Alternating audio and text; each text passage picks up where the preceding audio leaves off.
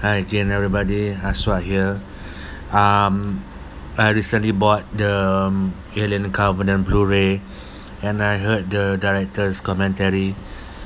And the purpose of this video is to share with you a lot of people, share with you fans of the movie and non-fans alike, and who did not buy the Blu-ray because for some any other reasons. Just to share with you important information that I got from the director's commentary, and it's gonna be very short. Uh, I'm not gonna go deep into minute by minute, but I'm gonna share with you the important things that Ridley Scott said during the course of the movie, and hopefully it can shed light on some of the questions that plague this movie. And so this of course is gonna contain spoilers. Okay, shall we begin?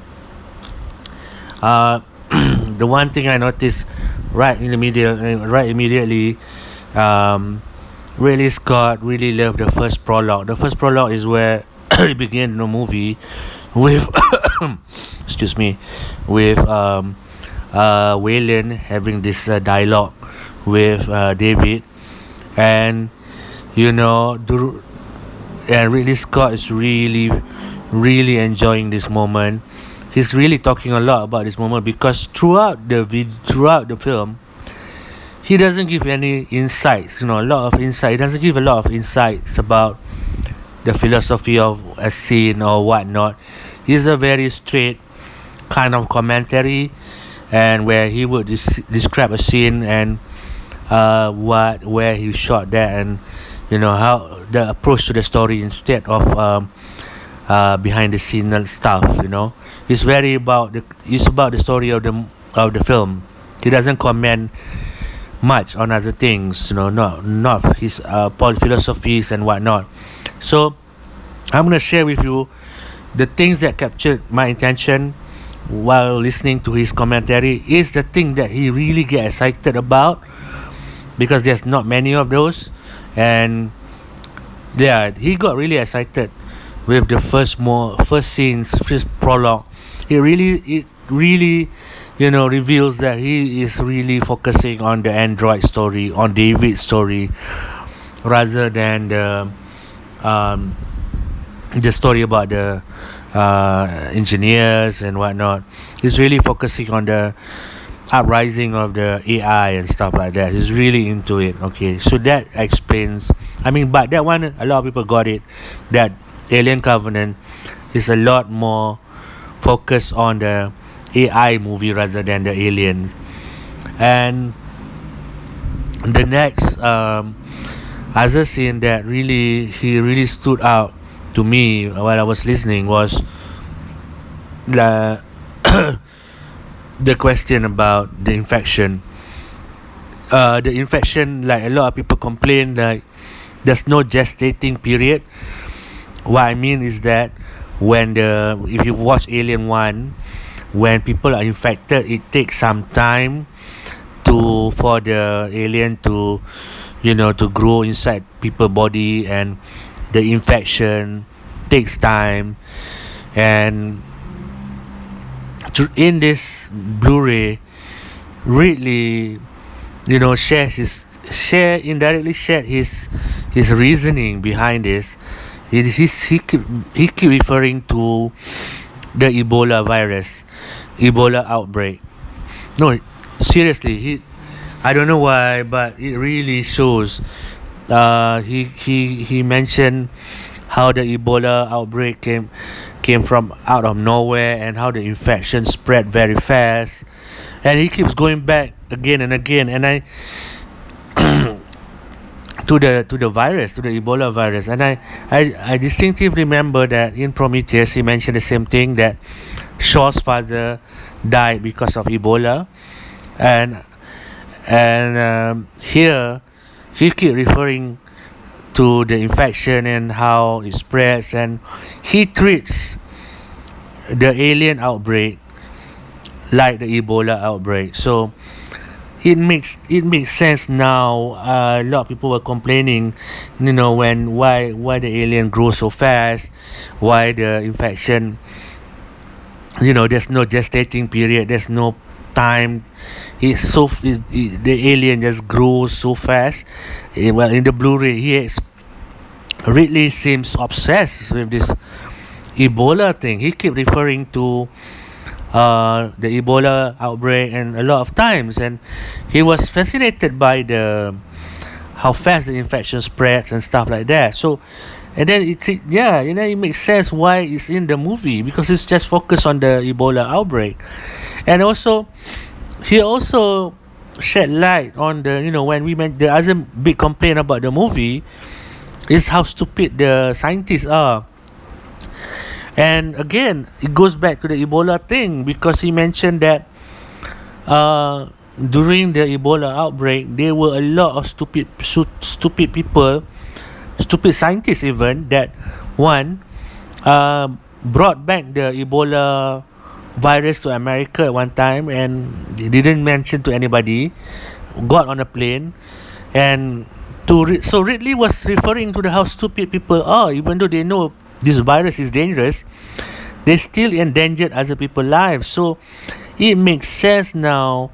His portrayal of scientists in this movie are very dumb, because they are scientists who are dumb. He mentioned specifically also about how a live monkey in America, how a live monkey with Ebola virus got escaped and go into a playground with children, and it was almost caused an outbreak. So he was referring how the carelessness of people who are smart, who are scientists, almost kill a lot of people. So now it makes sense why his portrayal of scientists come from this Ebola incident, Ebola outbreak that happened. So, and in this film, he talks a lot about this, and I was surprised how, the rest of the commentary was very straightforward, except for these points where he got excited. He talks about the Ebola, the scientists, the stupidness of the scientists and stuff like that. So, now I share with you why those scenes are in there, and hopefully shed some light. Okay. Another point that he mentioned is the design of the new alien, the new alien, the white skin alien, where it doesn't have a mouth, and then suddenly when he want to bite it, he has a mouth, something like that. So he said he got the inspiration from deep sea animals that are underneath the sea, where there are animals that looks like it doesn't have any mouth, but actually when they want to eat, they have an invisible open mouth, just like the design. So he shared that. So another thing he said, the breathing on the horse. When David saw the alien, and he breathed, he blew on the alien face, and then the alien just relaxed. So Ridley Scott said he did that with his horse. He was a avid horse rider when he was young, and he remembered that, so that's why he included inside here. What else did he mention? This is the whole commentary was very straightforward, except for these points where he mentioned. Now it made a lot of sense now, just for why he's focusing on that. He doesn't reveal a lot of deeper insights, about the whole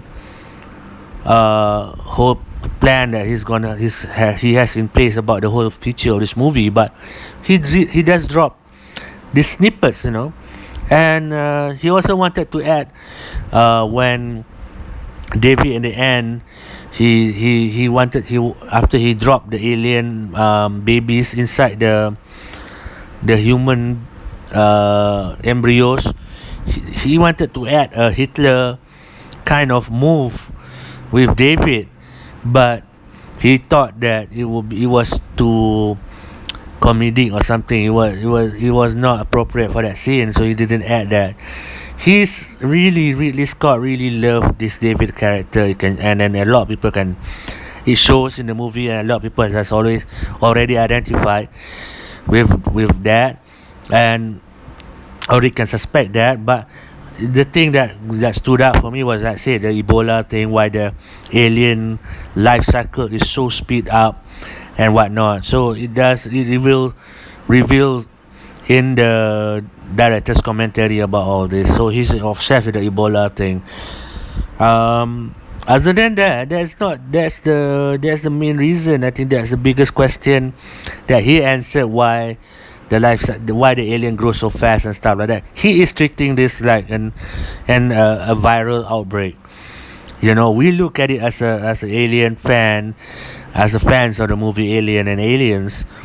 We look at it as a monster creature and stuff like that. He's looking at it like disease, a viral outbreak. So yeah, and then he just touched a bit on the AI thing, that he's connecting us.